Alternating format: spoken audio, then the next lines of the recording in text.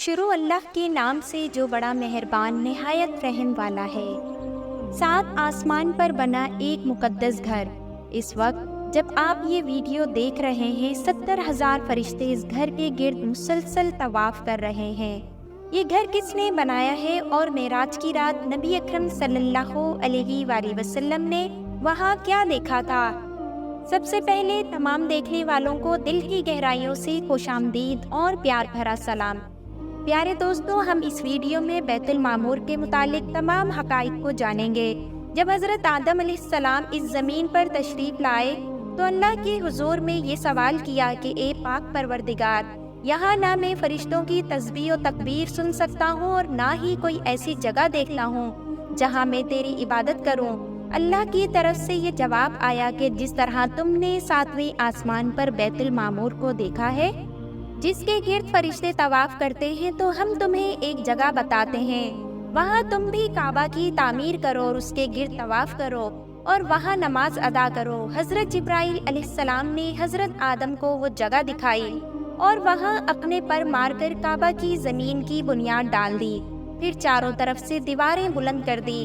اس خانہ کعبہ کی تعمیر حضرت نوح علیہ السلام نے کی، پھر حضرت ابراہیم علیہ السلام نے اس کی تعمیر کو مکمل کیا، جسے آج ہم خانہ کعبہ کہتے ہیں۔ اب سوال یہ اٹھتا ہے کہ 7ویں آسمان پر موجود وہ مقدس گھر کیا تھا جس کی مشابہت میں حضرت آدم علیہ السلام نے خانہ کعبہ کی تعمیر کی؟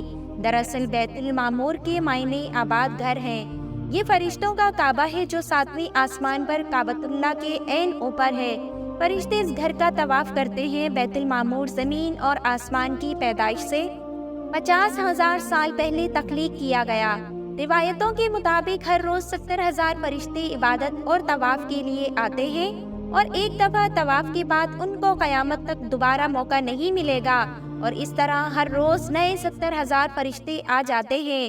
حدیث میں ہے کہ جب نبی پاک صلی اللہ علیہ وآلہ وسلم معراج کی رات آسمانوں کے سفر پر گئے تو آپ کا گزر بیت المعمور کے پاس سے ہوا۔ آپ نے دیکھا کہ حضرت ابراہیم علیہ السلام بیت المعمور پر ٹیک لگائے بیٹھے ہیں۔ روایت یوں ہے کہ نبی صلی اللہ علیہ وآلہ وسلم نے فرمایا، پھر مجھے 7ویں آسمان پر چڑھایا گیا۔ وہاں ایک اٹھیر عمر کے بزرگ بیت المعمور کے دروازے کے قریب ایک کرسی پر ٹیک لگائے تشریف فرما تھے۔ ان کا چہرہ نبی پاک صلی اللہ علیہ وآلہ وسلم کے مشابہ تھا۔ آپ صلی اللہ علیہ وآلہ وسلم نے دریافت کیا، یہ کون ہے؟ حضرت جبرائیل علیہ السلام نے عرض کیا، یہ آپ کے باپ حضرت ابراہیم علیہ السلام ہیں۔ ابن ابی حاتم کی روایت کے مطابق رسول پاک نے فرمایا کہ آسمان میں ایک گھر ہے جسے بیت المعمور کہتے ہیں، جو کعبہ کی سمت میں ہے۔ چوتھے آسمان میں ایک نہر ہے جس کا نام نہر حوان ہے۔ حضرت جبرائیل علیہ السلام ہر روز اس میں غوطہ لگاتے ہیں اور نکل کر پر جھاڑتے ہیں، جس سے 70,000 قطرے گرتے ہیں۔ ایک ایک قطرے سے اللہ تعالیٰ ایک ایک فرشتے کو پیدا فرماتے ہیں، جنہیں حکم ہوتا ہے کہ وہ بیت المعمور میں جائیں اور نماز ادا کریں۔ ان فرشتوں کا ایک سردار ہوتا ہے جسے حکم دیا جاتا ہے کہ انہیں لے کر کسی جگہ کھڑے ہو جائیں، پھر وہ اللہ کی تسبیح کے بیان میں لگ جاتے ہیں۔ حضرت امام علی علیہ السلام سے ایک شخص نے پوچھا کہ بیت المعمور کیا ہے؟ آپ نے فرمایا وہ آسمان میں ہے، اسے اسرا کہا جاتا ہے۔ یہ کعبہ کے ٹھیک اوپر ہے۔ جس طرح زمین کا کعبہ حرمت کی جگہ ہے، اسی طرح وہ آسمان کا کعبہ ہے۔ ہر روز اس میں 70,000 فرشتے نماز ادا کرتے ہیں، لیکن جو آج گئے ہیں ان کی باری قیامت تک دوبارہ نہیں آئے گی، کیونکہ فرشتوں کی تعداد ہی اس قدر ہے۔ روایتوں کے مطابق معراج کی رات بیت المقدس میں تمام انبیاء کرام اور مرسلین نے نماز پڑھی، اور بیت المعمور میں تمام انبیاء اور پچھلی امتوں کے ایمان والوں نے نبی صلی اللہ علیہ وآلہ وسلم کی امامت میں نماز ادا کی۔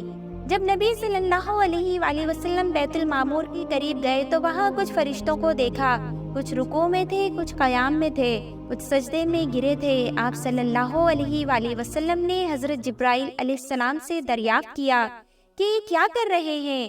حضرت جبرائیل علیہ السلام نے بتایا کہ یہ نماز ادا کر رہے ہیں، اور جو فرشتہ جس انداز میں ہے وہ قیامت تک ایسے ہی رہے گا۔ آپ کو یہ عبادت اتنی زیادہ پسند آ گئی کہ آپ نے اللہ سے اپنی امت کے لیے نمازوں کا تحفہ مانگ لیا، لہٰذا اللہ نے اہل ایمان پر رحم کیا اور ایسی نماز ادا کی جس میں تمام عبادتوں کا مجموعہ تھا، یعنی ہم ایک ہی نماز میں رکوع، قیام اور سجدہ کرتے ہیں۔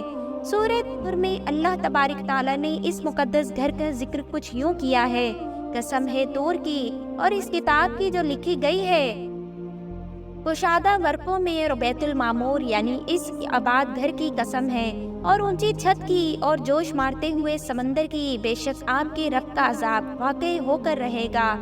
تو محققین نے بیت المعمور کو ہماری اس کائنات کا مرکز قرار دیا ہے، جیسا کہ کعبہ شریف ہماری اس دنیا کا مرکز ہے جس کے گرد تمام بندے طواف کرتے ہیں۔ اسی طرح سولر سسٹم میں تمام سیارے سورج کے گرد گھومتے رہتے ہیں۔ اسی طرح تمام فرشتے بیت المعمور کے گرد چکر کاٹ رہے ہیں۔ غرض یہ کہ کائنات میں تقریباً تمام چیز محو گردش ہے۔ بے شک اللہ نے اس کائنات کی نظام میں ہمارے لیے توحید کے پیغام کو کھول کر رکھ دیا ہے کہ انسان کی زندگی کا بھی ایک مرکز ہونا چاہیے جس کے اصولوں کا اس سے پابند ہونا ہے۔ وہ مرکز اللہ کی ذات ہے جس کے گرد گھوم کر اور اس کی اطاعت میں رہ کر ہی فلاح پائی جا سکتی ہے۔ پیارے دوستو، ویڈیو پسند آئی ہو تو ویڈیو کو لائک اور چینل کو سبسکرائب ضرور کریں۔